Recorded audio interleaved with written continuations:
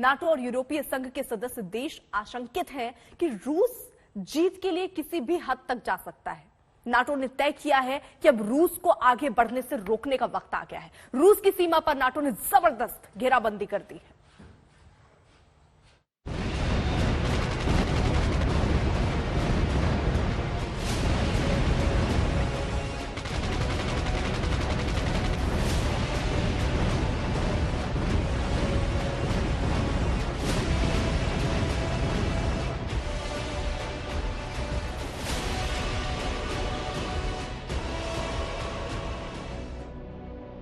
एक महीने की भारी तबाही के बाद दुनिया के विकसित देशों को ये ख्याल आया है कि अब वक्त हाथ से निकलता जा रहा है। अमेरिकी राष्ट्रपति बाइडेन को अब ये एहसास हो रहा है कि अगर पुतिन की महत्वाकांक्षा को लगाम नहीं लगी तो इस आंच में बाकी देश भी झुलसेंगे।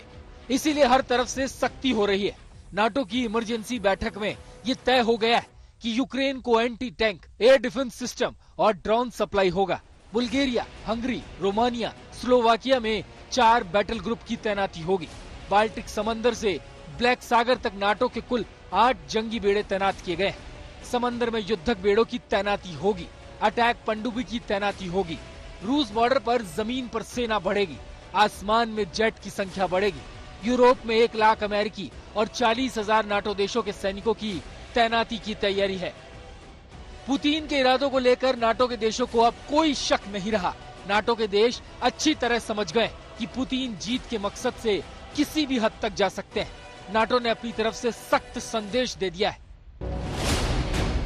नाटो की अपनी मजबूरी है, अपनी सीमाएं, क्योंकि यूक्रेन नाटो का सदस्य नहीं है। यूक्रेन में नाटो की सेना नहीं उतर सकती, लेकिन रूस को यूक्रेन से आगे बढ़ने से रोकने की पूरी तैयारी हो चुकी है। पुतिन को घेरने के लिए अब सभी संभव मोर्चे खोल लिए गए।